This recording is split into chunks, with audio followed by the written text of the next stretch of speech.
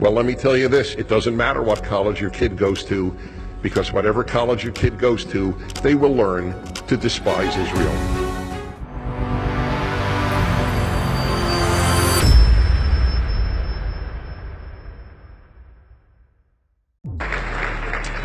All right, so let me get to it because of the time factor. I want to say a few things. The first thing that I wish to say is I want to sort of address we say in English, the elephant in the room. There are people who support Benjamin Netanyahu. There are people who oppose Benjamin Netanyahu. May I just say, and I have a track record of over 40 years to prove this, it should be utterly and totally irrelevant to a Jew anywhere on earth, especially outside of Israel, who the Prime Minister of Israel is. I support Israel, not prime ministers. I have never critiqued Israel as an American Jew. You think I agree with everything that any prime minister does? But it is irrelevant. I live in the freedom and security of the United States, 12,000, 8,000, whatever it is, miles away. Who the hell am I to tell Israelis how to vote?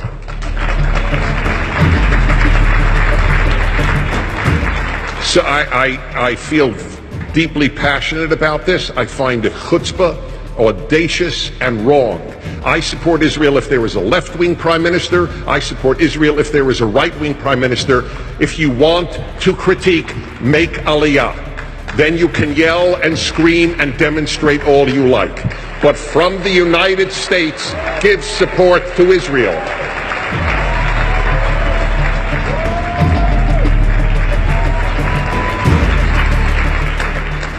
Okay. So I want to challenge many of you with the question that I pose when I have a few minutes only to talk to an Israeli American or American Jew who is not particularly religious. I myself am in a small category, or not small, but in an odd category. I'm deeply religious. I deeply believe in the divinity of the Torah, but I'm not an Orthodox Jew. So I have no axe to grind here. I don't understand Jewish history without the God element in it.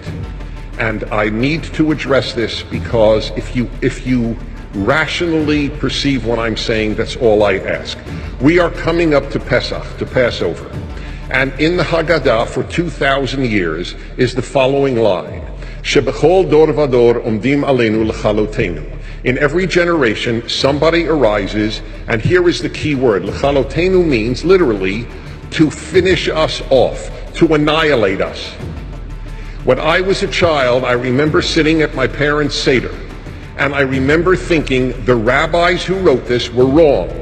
This is after the Holocaust. Nobody is going to try to destroy us again. People know how wrong that is. I was wrong. The rabbis of 2,000 years ago were right. In every generation, somebody arises to annihilate the Jewish people. In this generation, it's Iran. In the last generation, it was Germany. That's the way it has worked in Jewish history. This is not paranoid, it is fact. There is only one nation on earth, one out of the over 200 countries on earth. Only one is targeted for annihilation. And guess what? It's the only Jewish country in the world. It is not a coincidence that the only country targeted for annihilation is the only Jewish country in the world. It is a challenge to all Jews to think this through. Why would that be?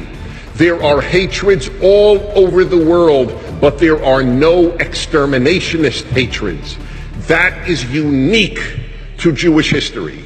Those who hate us don't want to enslave us, don't want to persecute us. They want to destroy us.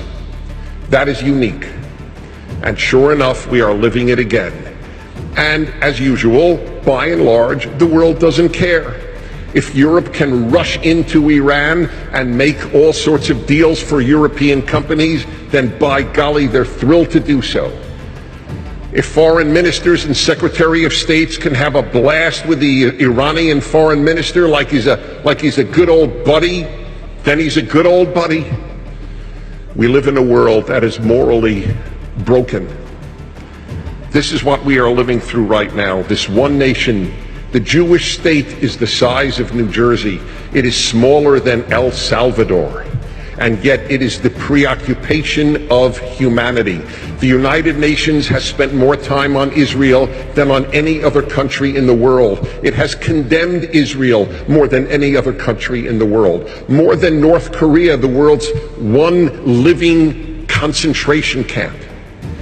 Israel, the Jewish state that takes Syrians in to give them surgeries quietly, because if you say that a Jew saved your life, you're killed upon return to Syria. Just a little factoid that you don't hear much about on CNN. And Israel is the object of a new blood libel. I experienced it when I debated in Oxford 2 years ago at the Oxford Forum. So it's 2 against 2 at the Oxford Forum. And one of the 2 that I was debating, well, I think I should tell you about both. I debated my partner, many of you know, Shmuley Boteach. We debated 2 opponents. One of the opponents was a professor at Oxford, a man named Avi Shleim, Israeli, and he devotes his life to hurting Israel. That is his main cause, to hurt Israel in academia. An Israeli, mind you. By the way, I need to say this with great sadness. I don't think any people has produced as many unhealthy people as the Jewish people have. And I say this with sadness.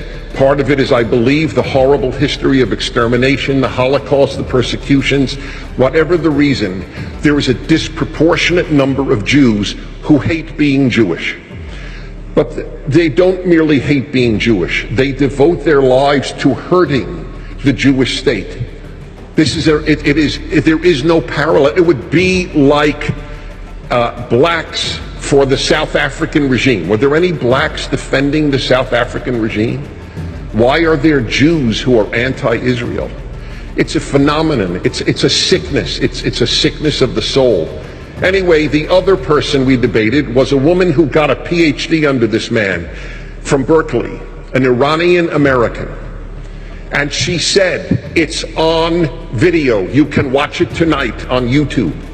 She said, Israel is doing to the Palestinians what the Nazis did to the Jews. She said this in front of 400 students at Oxford University. And no one except myself, as it happens, obviously, called her out on it. This is equivalent to the blood libel. There is no difference morally or factually. There is no difference between that libel and the blood libel that Jews would kill Christian children to use their blood to bake matzahs. And they won the debate.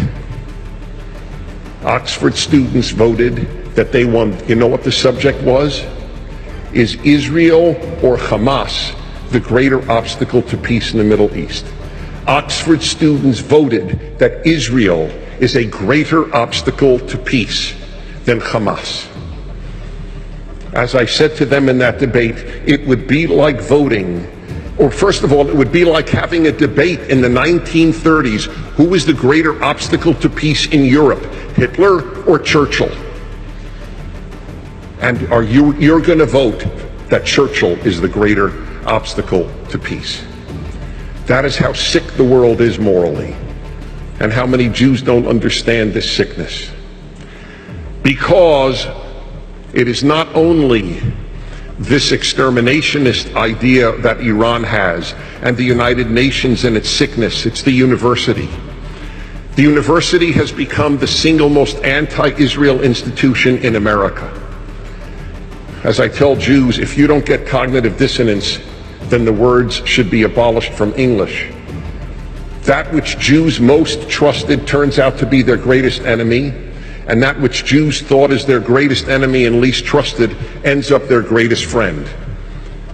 The greatest enemy of Israel in the United States is the university. The greatest friend of Israel in the United States are religious Christians.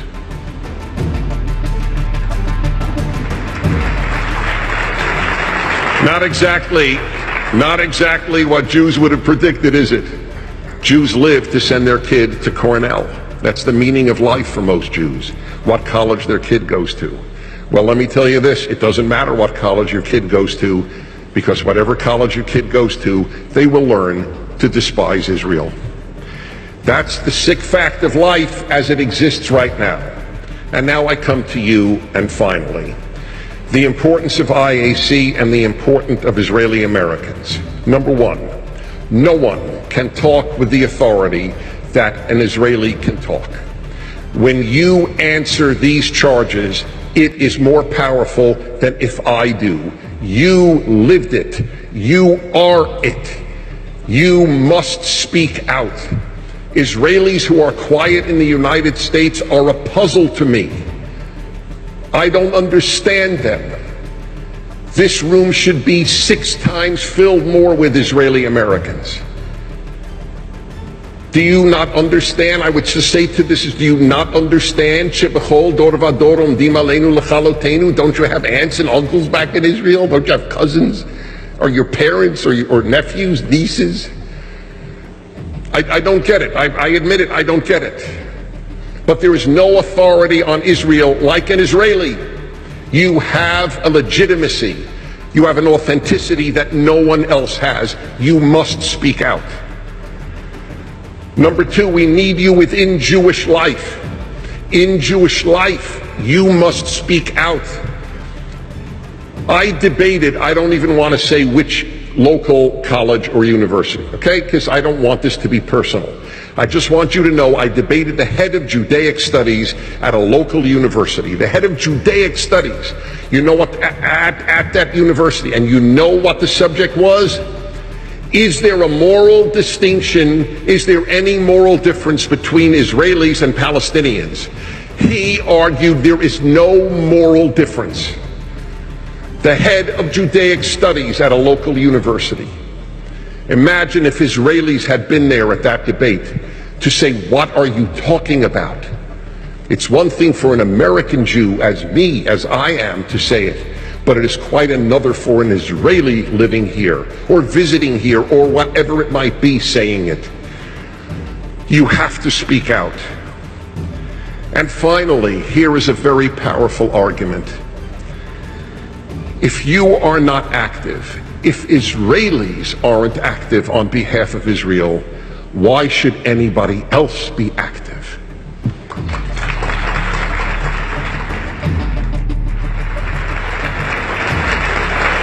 If that argument doesn't do it, then nothing will. We need you, and you need us. This is a great organization. Please support it, and please get every Israeli you know to think and rethink their silence. Thank you very much for having me. Thank you.